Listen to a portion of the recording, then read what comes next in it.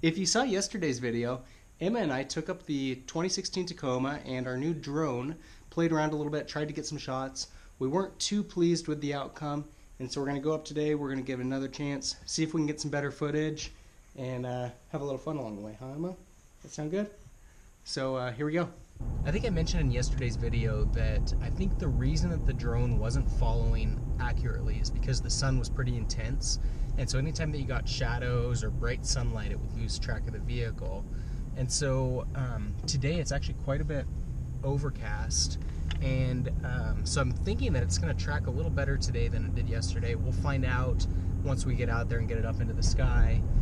The other thing that I think really complicated things yesterday is I wanted to get cool clips of kind of true off-roading, and because of the technicality of that, it was difficult to try to focus on the drone and the vehicle at the same time. And so today we're gonna find some simpler sections. Hopefully it'll still be kind of cool footage, but areas that I won't have to focus as much on the vehicle so that I can kind of assist with the drone if I need to. What I found yesterday is that when it wasn't following, I was trying to control it with the remote at the same time that I'm trying to drive the truck, and so it's just difficult to try to you know, safely operate the vehicle while at the same time getting clean, smooth footage. Like I said, today we're going to try to stick to some simpler sections and see if we can you know, have that ability to operate when needed.